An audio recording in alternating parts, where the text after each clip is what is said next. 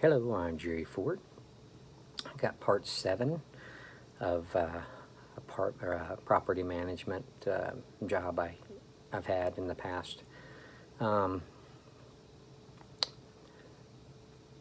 Something that I always looked forward to doing at that job was um, finding stuff left behind in apartments, which people would forget things and leave it behind. They don't come back for it a lot of times. I guess they assume that it's going to be gone anyway. Um, so, when I go in there, uh, things are left behind. Cups, dishes, all kinds of stuff. Stuff sometimes in the refrigerator they didn't want to take. A lot of times it's stuff like milk and juice and eggs, stuff like that. I never took, especially stuff that's been opened already. I wouldn't take it. Now I would take ice ice cream that hadn't been opened, ice cream bars, individually wrapped things like that. I would take that. A lot of times I'd put it in the clubhouse refrigerator. Um, or while I'm working in there, I'd just leave it in there and I'd eat it myself, as I'm working or something. Sometimes bags of candy. Sometimes in the refrigerator they left beer behind. Um, I would definitely take that. I'd always have to get some stuff that I wanted out and put it, in my bag or something, my work bag or in trash bags, and put it on my tarp or on my drop cloth, so that it's kind of claimed as mine, because housekeeper would come in there, maintenance would come in there. They would, if it ain't claimed, they'll take it. So I was usually the first one in. When I'd come in the mornings, I would see that there was move outs, I'd go ahead and get the keys, and go walk them. I was walking them for a reason also, to see what I needed to do paint-wise. It's good to be prepared to know what I'm in for. If maybe I have to spray it. Maybe it isn't real bad. Maybe I don't have to take up a bunch of paint. Maybe, maybe it is going to be a full spray. I got a lot of repairs to do, who knows. So I like to know, that way too. So always have a notebook. I'd write down going to be a full spray or touch up, stuff like that. But in the meanwhile, I would, look in all the cupboards and all that kind of stuff. Look out on the balcony. Sometimes I'd leave furniture behind, good stuff, tables out there. You look in the storage unit. It's locked usually. They leave behind umbrellas, sometimes, soccer balls or other kind of sports balls or something like that.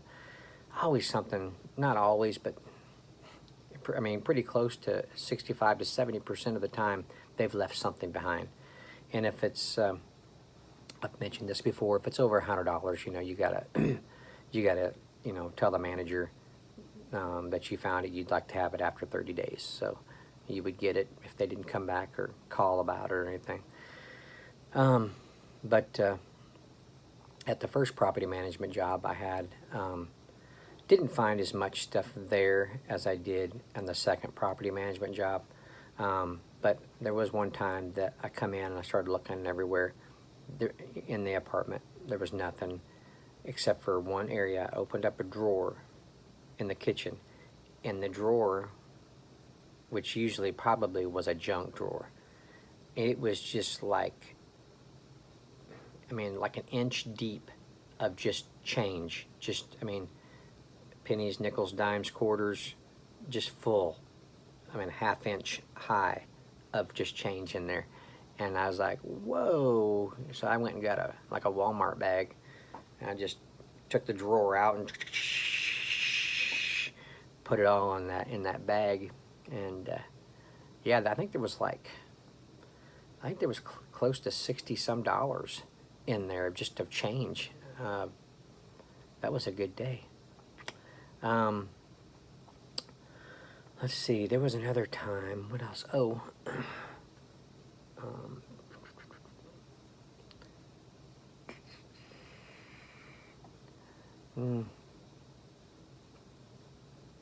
Yeah, I mean, there no other times that I've found stuff sticks out in my mind there. Um, at the other property management job, more more times than not. Well, no, I'm not going to say that. There was a lot of times people would skip out on their rent. Um, they they couldn't afford to pay it anymore, so they just packed everything up in the night and left. I say packed up everything. A lot of times they're in a hurry and they leave a lot of stuff behind. Actually, the entire, like 3 or 4 times maybe that I worked at the second property management job, it didn't look like they took anything with them. I mean, the place was just everything. The beds, furniture, clothes, everything was left behind. And it's our job. We got to get it all out of there. I mean, these people, evidently they're pretty desperate if they're going to do that, because what they're doing also is they're giving themselves a bad name. They can't go to another apartment complex and use that property management for a reference. I mean, the manager's going to tell them how they left it in what condition they left it in, that they skipped out on the rent, that there was damage on the walls, cost a lot of money to fix the damage. So, yeah, when they have to skip out on the rent, they must be pretty desperate for some reason. So, when, skip outs, man, you get a lot of stuff.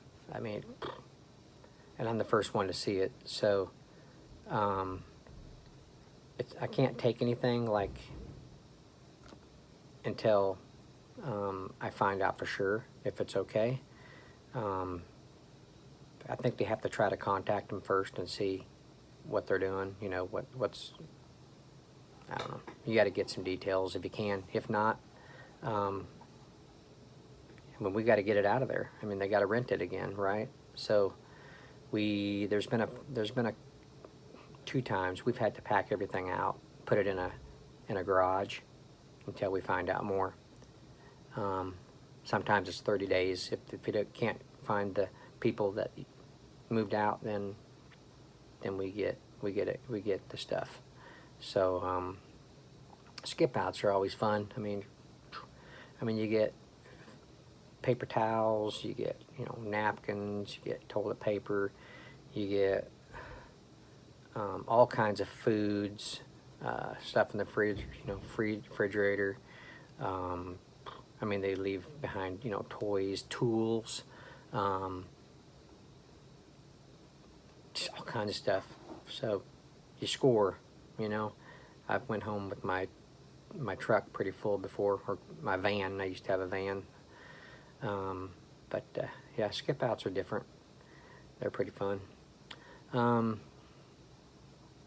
Let's see. How much time I got? 8 minutes? 8, or that's how much I've... Anyway, okay.